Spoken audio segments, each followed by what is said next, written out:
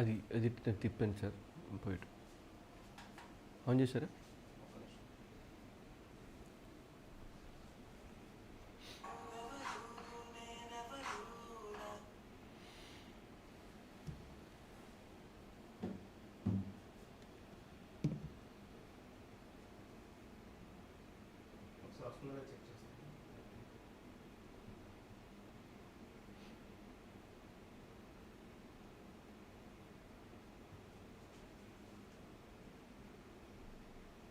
Hello sir ఒక 2 minutes sir చేస్తారా? లేదు ఒక 2 minutes.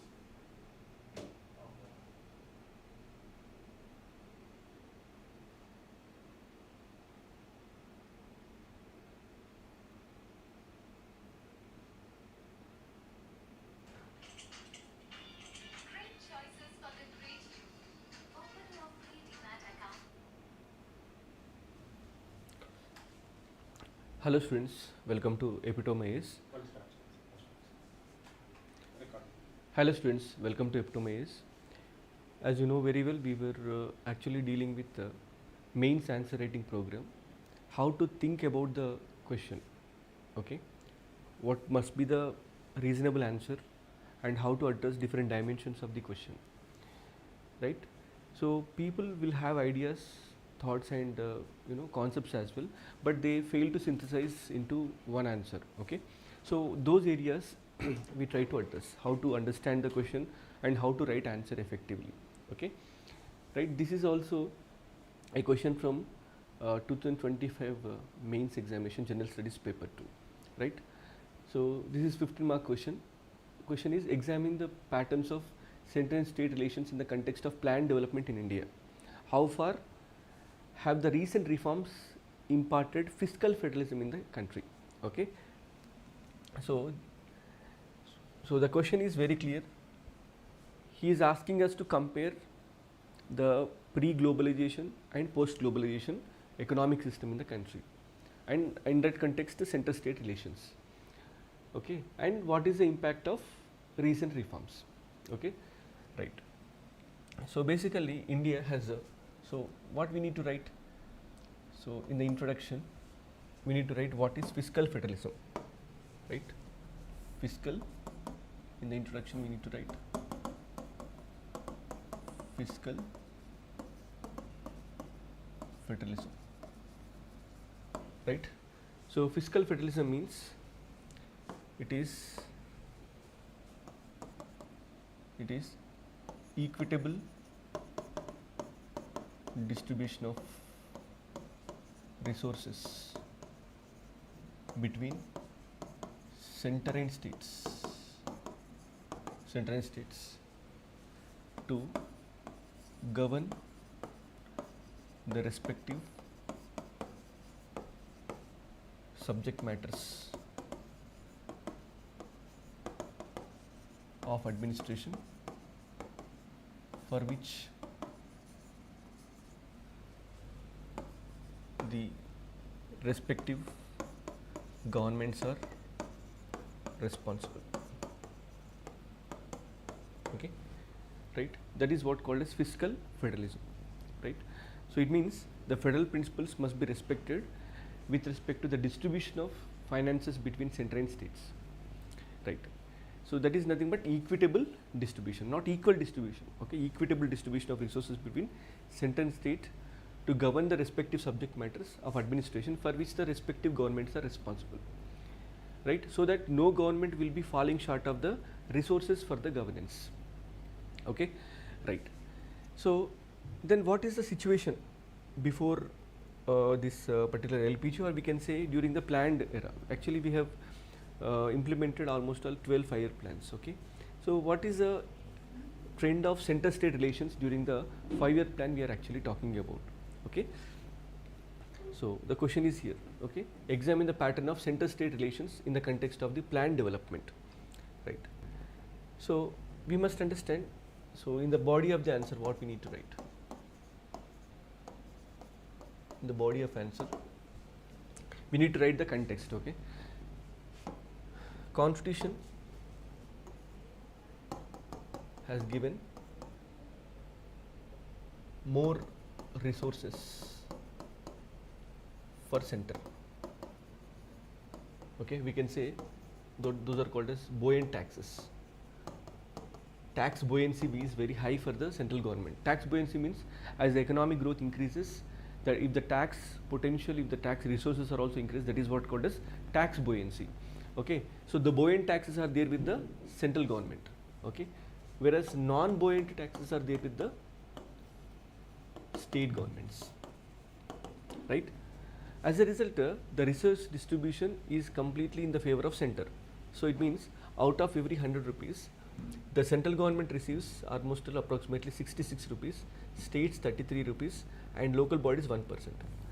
So this explains there is an asymmetry with respect to the resources that are there at the disposal of center and states, right? So hence we have certain provisions in the constitution where the central government will be able to distribute the resources or transfer the resources to the states, right? As per Article 270 of the Constitution, 275 of the Constitution, and Article 270 is about the transfer of resources from the net collection of the taxes, whatever the central government receives. So from the taxes, okay, some share is given to the states. Article 275, it is about discretionary transfers regarding grants and some other developmental assistance. Okay, so this is what the right of the states. In fact, Article 270 is a right of the states. This is recommended by Finance Commission. The Finance Commission is appointed under Article 280, which recommends what is the share to be transferred among the states. Right, this is what the context. Okay, so in the body of the answer, what you write? The Constitution did not provide the equal distribution of resources. Rather, more resource potential is at the disposal of the center, and lesser resources are there at the states. And tax buoyancy is very much high for the central government and very much less for the states. Despite numerically states have the power to tax on 18 subjects and central government taxes on 13 subjects. But despite this reason, the numerical high strength of state taxes does not yield the proportionate tax benefit for the states. Okay, so this is what. So then this is what the context. Okay, so then what do you write? So hence what is the case with respect to planned era? What happened in the planned era? Okay, right, we are addressing question in a systematic manner, you just understand. So we have written introduction, okay, and what else in the context of planned development. Okay, so we are talking about the second component here. Right, what is the second component? Is actually planning process in India was actually done by Planning Commission. Okay, it has promoted what is that top-down approach. Okay, not only that, it has overshadowed finance ministry.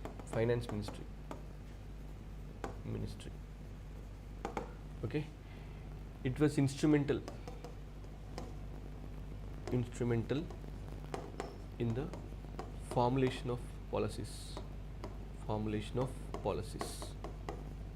and plans particularly.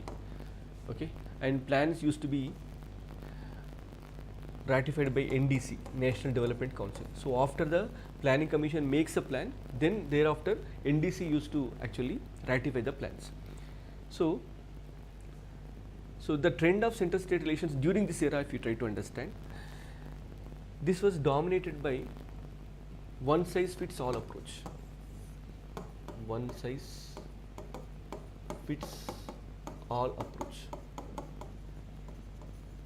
Okay, and there was no voice for states or their inputs. Okay, and the planning process did not understand the regional level issues. Okay, that micro level, at the field level, the issues are not properly recognized by the Planning Commission. Why? Because states' voice was not effectively heard. Why? Because they make the policies and just impose the policies on the people. and these policies are required to be ratified by the National Development Council. Okay, right. And apart from that, even regarding the the pool of taxes that are to be shareable between center and states is also very much narrow. Okay, only few taxes like income tax, excise duty, etc. were to be shared. So important taxes like corporation tax was not part of the divisible pool of resources, right? So it means the concerns of states were not effectively taken care of, right? And moreover, if you try to see even Gadgil formula and Gadgil-Mukherjee formula, both formulas have given more importance for the population as a base to transfer the resources among the states. Okay, population is the major criteria, right? So this is how the center-state relations have been shaped during the planning era, right? And moreover, even regarding the, a grant of funds from the center, the politics also played an important role. So particularly opposition party ruled states used to accuse or allege the center that since they are opposition party state, they are not getting adequate funds. Okay, so and moreover, there were many categories, like for example special category states. There were special category states. Okay, so based on the difficult terrain, international borders and other reasons, the central government can give the special category status and backward regions development grants. Okay, so backward region development grants. So such kind of grants are also given by the central government. So it means there was no systematic approach in strengthening the state's financial capacity. So this is how during the planned era, the central-state relations were actually there. Okay. So the question is, examine the pattern of center-state relations in the context of the planned development. Okay, right. So and moreover, we can also see reduced role of finance commission, at least till 10th finance commission. Okay, the finance commission was not effective. What is that? It did not play the strong role in the transfer of finances from center to the states, because for the first time 10th finance commission has given alternative devolution formula. So that's how we have enacted 80th Constitutional Amendment Act, so that more taxes have been brought under the divisible pool of taxes. Okay, and it also has recommended at least 29% of the central government finances, that is taxes, must be transferred to the states. Okay, so this is what the case with respect to the center-state relations during the development era. So we need to write all these points.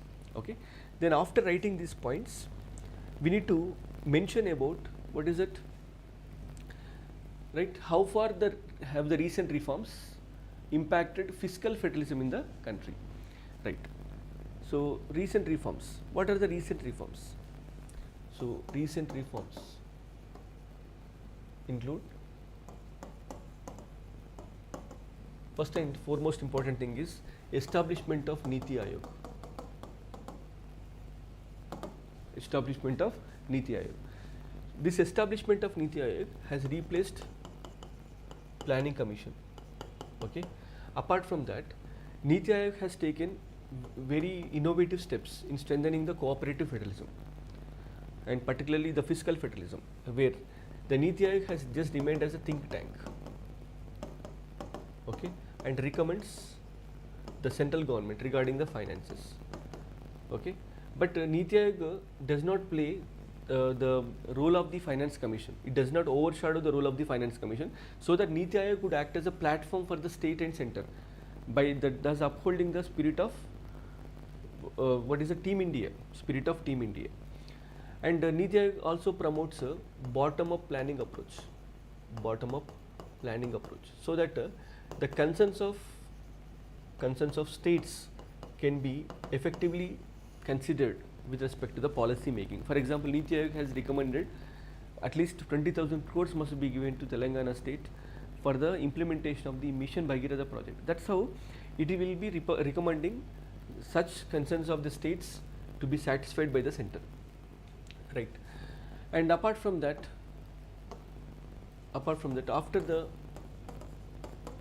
10th Finance Commission, okay, recommendations, that is due to the implementation of alternative devolution of taxes, okay, the financial position of states have been strengthened, so that they started getting the predictable pool of resources from the center. And not only that, we can also see the enactment of the strict observation of FRBM Act. Okay, of course, FRBM Act was enacted during the planned development era, but however, this act is playing an important role in regulating the borrowings of the states, and of course center. But this act is having a strong role to play in the recent times. And fourth one, the implementation of GST.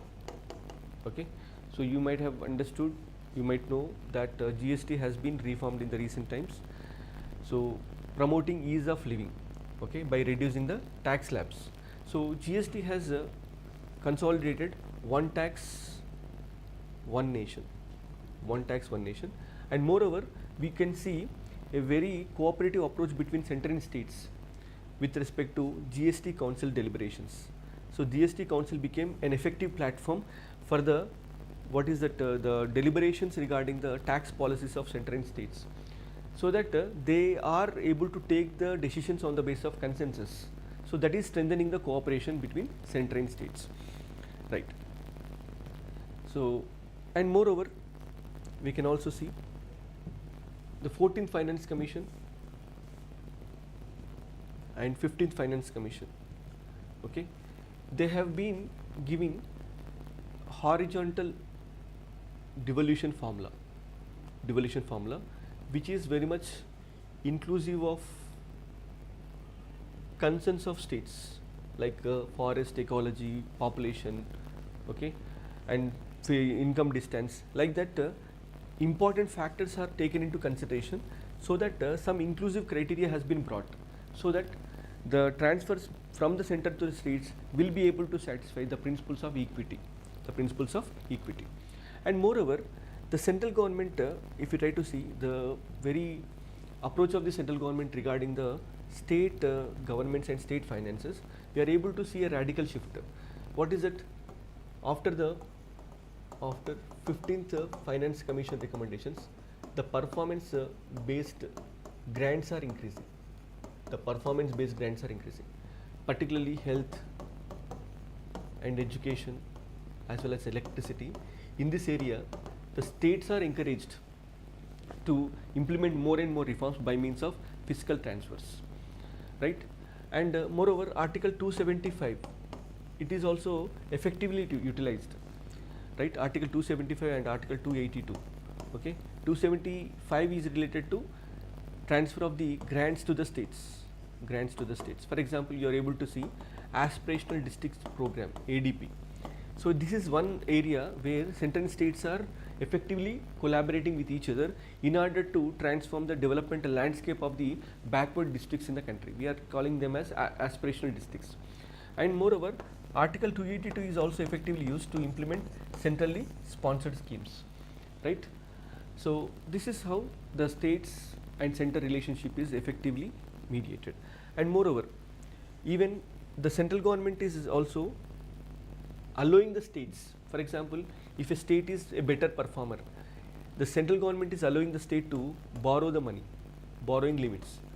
Okay, it means the FRBM limitations are being relaxed during the times of COVID-19. Okay, and if those states which are ready to implement the reforms proposed by the center, the borrowing limits are being relaxed. So it means this is also incentivizing the states to implement the reforms and other things, right? So these are various reforms. So particularly 15th and 14th and 15th Finance Commission increased the devolution pool from, I mean, earlier 29% to, we can see, 41% and 42%. So this is 14th Finance Commission. Of course, this is 15th Finance Commission. Okay. Apart from that, even 15th Finance Commission also increased the devolution to be given to the local bodies. Almost all over 4% of the total divisible pool is actually going to the local bodies. Okay, so that local governance will be strengthened. Okay, so this is how there are various reforms. Okay, and moreover, we can also see there is also fundamental restructuring of CSS, centrally sponsored schemes.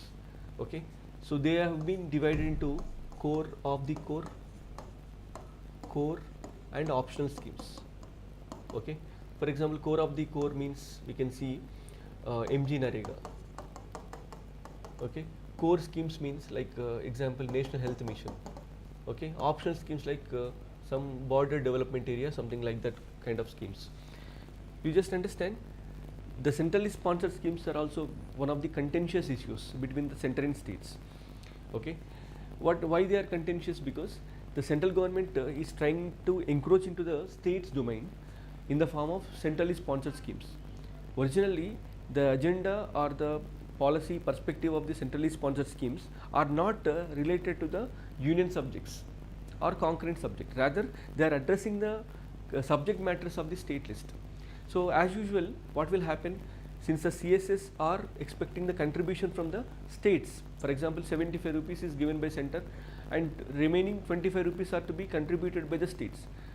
So naturally what will happen, the state government development agenda will be hijacked by the center.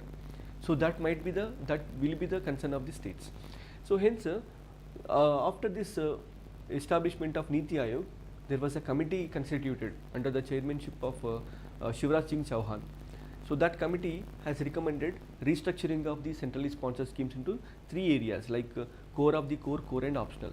So where optional schemes can be easily avoided by the states. Okay, so that's how you try to reduce the burden of centrally sponsored schemes over the states. Okay, right.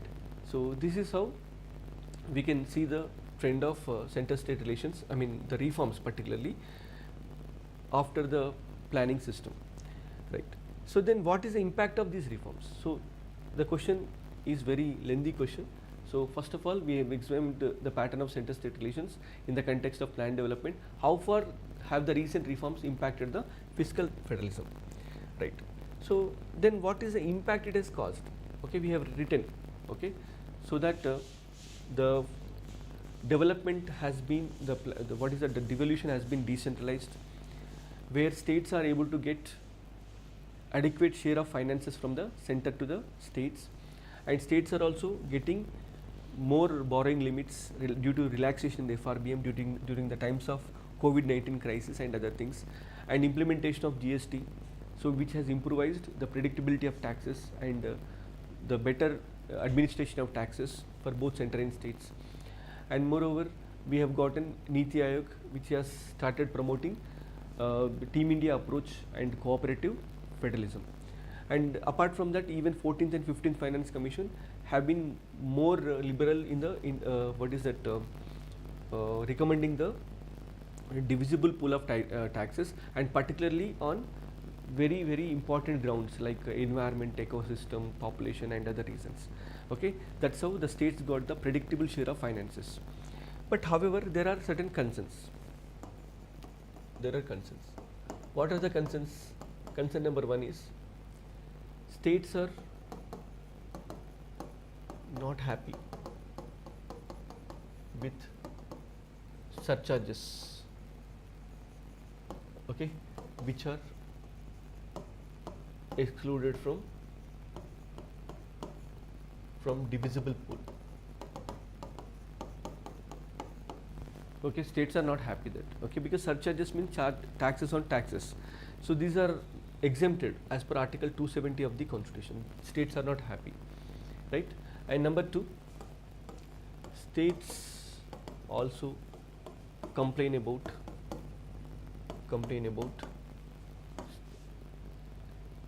the central government's failure to fulfill promise on GST compensation. GST compensation. Okay. GST compensation. Why? Because the GST has reformed the taxation policy from source-based taxation to destination-based taxation. Naturally, those states which are revenue rich, okay, those states which are producers started losing the taxes due to this particular tax reform. So the compensation was offered by the central government, but it was not actually fulfilled because of various reasons, COVID-19 and other reasons. But eventually central government asked the states to borrow money. So states are having the problem with this. And states also complain about the borrowing limits, because on one hand there is no limit upon the borrowing of the center, but whereas the state borrowing limit is effectively curtailed by the center. Okay, right. And even the states, particularly the southern states are complaining about the rationality behind taking the 2011 census for the devolution of the taxes among the states. That is, the horizontal transfer has taken the census of 2011. So naturally what happened, that census will be reflecting more population of the northern states. As a result, the southern states may be able to getting the lesser taxes. Okay, right. So this is how there are various concerns with respect to the the central government policies on center-state relations, right. So this is how we have addressed the question in a comprehensive manner. First of all, we have written what is fiscal federalism, right, and we also discussed about, of course, we can write a point here. The center-state relations are mentioned between Article 264 to 293.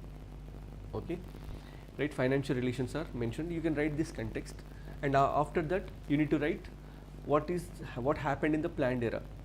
So you need to write what is planning process and how the states' rights are, impacted, because top-down approach overshadowed it by finance ministry, and policies are made, and after that the policies were referred to the states for their consultation, and Gadgil formula has given more share for the population and per capita income as a base, and it did not consider other aspects of the developmental issues in the states, for which the transfer shall be adjusted to address those issues, right, and reduced role of finance commission, and more centralized policy making process. Okay, so these are the things you can write. And thereafter we started explaining what were the recent reforms that were undertaken, and later we also explained what were the concerns of the states presently, right. So then in this context we need to write the conclusion.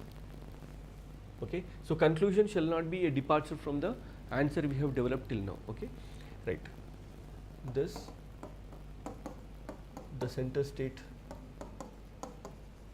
relations can see a predictable progress to deal with the dynamics of development in the context of LPG,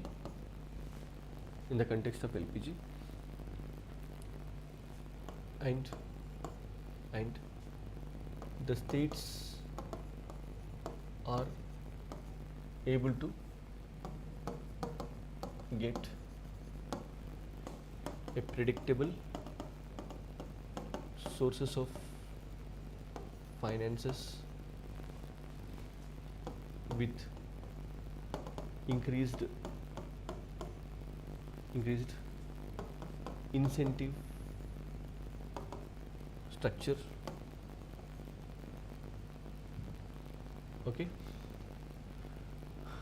structure for better performers, performing states. Okay, despite these, there are concerns from the states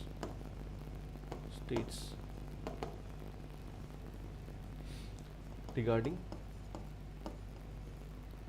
certain areas of fiscal policy of union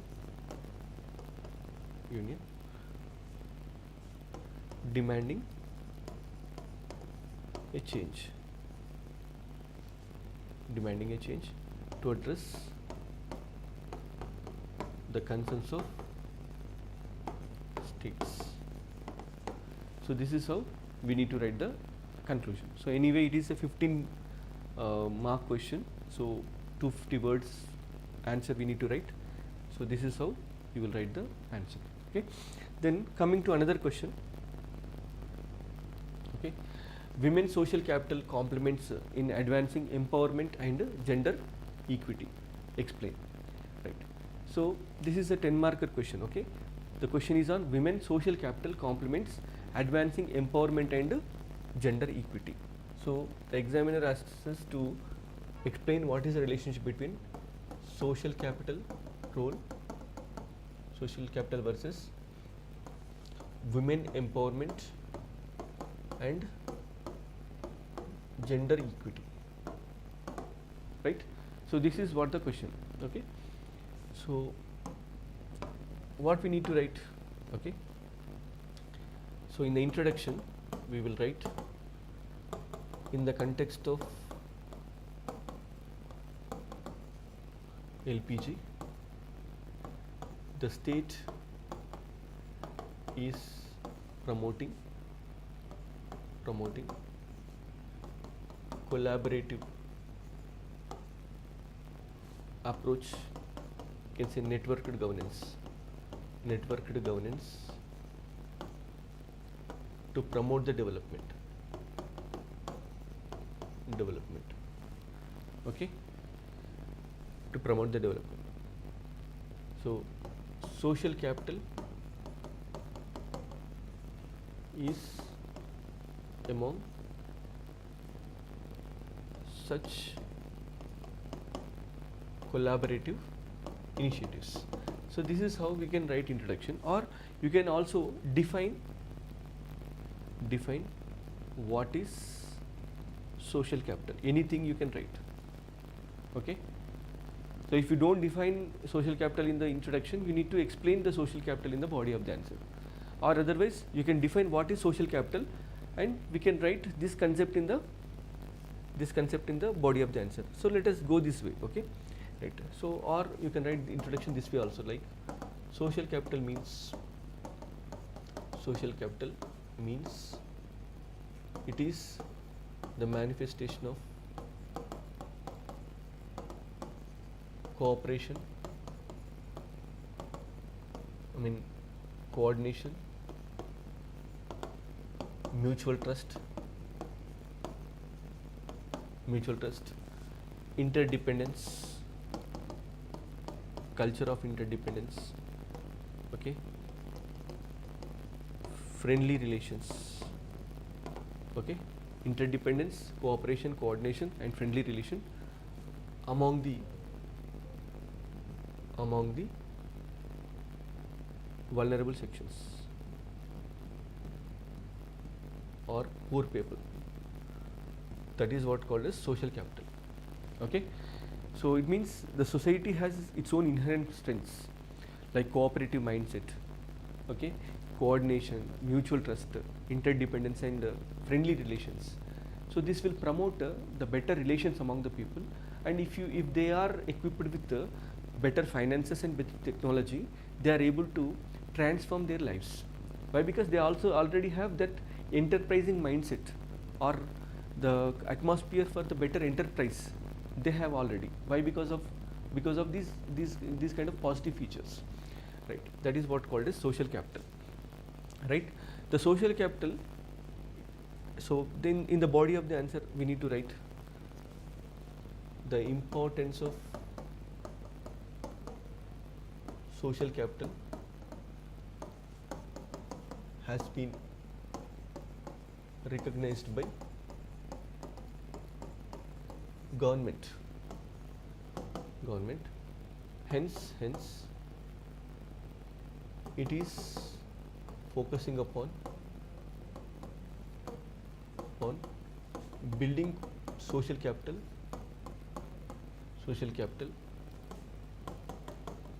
to address the issues like gender inequality, underdevelopment,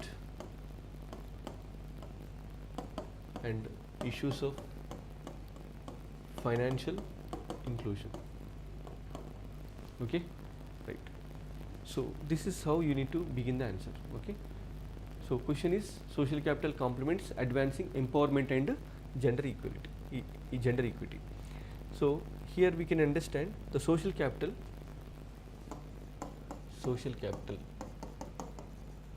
usually expressed in the form of, okay, civil society, we can write self-help groups, cooperatives. These are the major forms, particularly women, okay, self-help groups and women cooperatives. Okay, so broadly these are generally the manifested aspects, and moreover there are certain NGOs. Okay, so they are also promoting the women development and women entrepreneurship, right? For example, self-help groups became the dominant players. They are helping in the financial empowerment.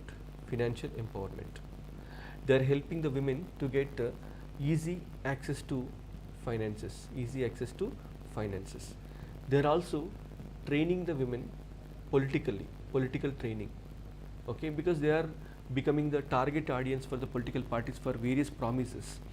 And apart from that, they are also being trained in the basic digital literacy, record keeping work, etc.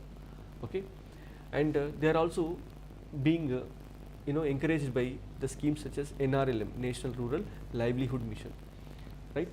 And particularly the success story of the especially the self-help groups can be seen in the form of Kudumbashree program of Kerala. So in which more than half of the women in Kerala population are part of the self-help group movement. So because of this reason, the women role, the women's significance in the society got broadly increased, and women are also participating in the tendering and contractual works, etc. So that's how the women role has been substantially increased, right? And let us look at cooperatives. So in the cooperative movement also, particularly milk cooperatives and other cooperatives, the women role is very much visibly seen, right?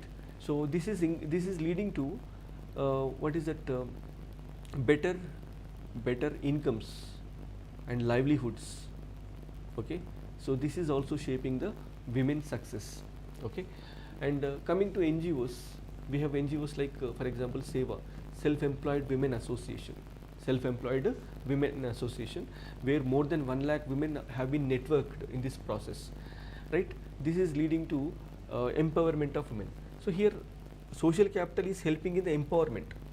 So empowerment and gender equity.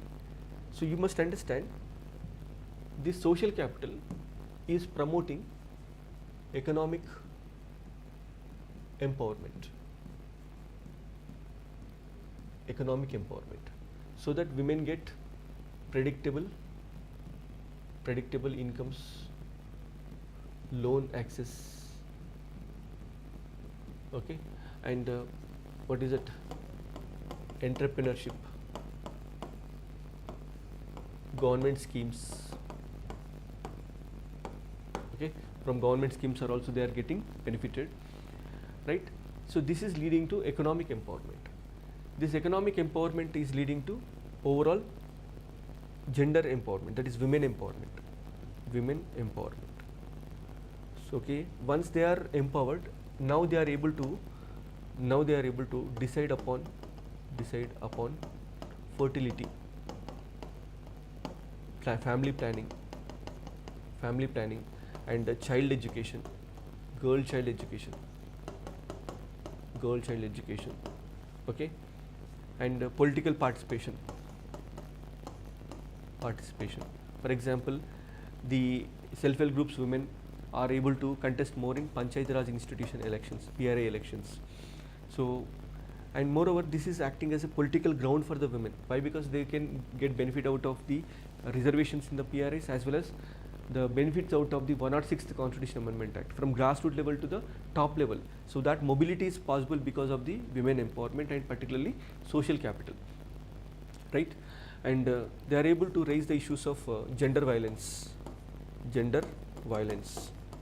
okay, there is domestic violence, and the women are all able to fight against illicit liquor.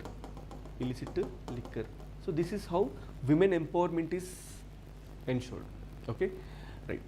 And apart from that, this is also leading to gender equity. So this is promoting better share of the women into the economic activities, formal economic activities. So financial inclusion is increased. So women work participation is increasing. So you are able to see more women coming into the workplace, and particularly in the rural areas, the gender stereotypes, we can say gender stereotypes are under attack, so that more women mobility can be seen in the society, right? And we can also see more more women centric programs or schemes promoted by the central government and state governments, okay, that is also encouraging the women to come into the economic activities, and their share in the economic pool is also being expanded or increased, right? This is how you can write the answer. So first of all, we have defined what is social capital. Then what we have discussed, what is the importance of social capital. The importance of social capital has been recognized by government, hence focusing upon building social capital. Now the civil servant's role and government's role is to build the social capital and promote the social capital. And thereafter we have written the social capital has been expressed in the form of self-help groups, cooperatives and NGOs. We have written what are the examples and how do they perform. Then later we have explained what is the impact of these initiatives on women empowerment and gender equity, okay. So then we need to write the conclusion. In the conclusion you will write like this: the social capital help in gender mainstreaming by imparting confidence, self-respect and skills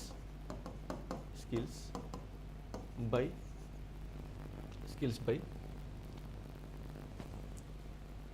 increasing mobility of women through training and financial inclusion. Hence, social capital can empower the women in the process of the achievement of developmental goals, okay, right. This is how we can write the answer, okay. I hope you are able to understand how to churn out, how to think before you understand the question, before you attempt writing the answer, okay, right. So first and foremost important thing in the answer writing is you need to know the concept, and yes, okay, you need to you need to understand the concept, you need to clarify the issues, you need to write in the proper chronology, and you need to address all the dimensions of the question. Every dimension of the question must be addressed individually. Thereafter, in the conclusion, you need to sum up all the dimensions you have written in very, very short form. Okay. So this is how we need to write the answer, and let us meet tomorrow same time at 8 a.m. Okay. So every week there will be 2 sessions on Saturday and Sunday, particularly on 8 a.m. So let us write more and more questions. It is a continuous program, and it will be addressing the needs of the students. Why? Because students may be going by the internet based answers and other things, but they fail to understand the question in a complete sense. In this session, we will be unfolding every dimension this way, so that their answer writing will become very easy task. Okay, thank you. If you have any inputs, please place in the comment box, so that we can address those matters, and we can provide in a better format. Thank you.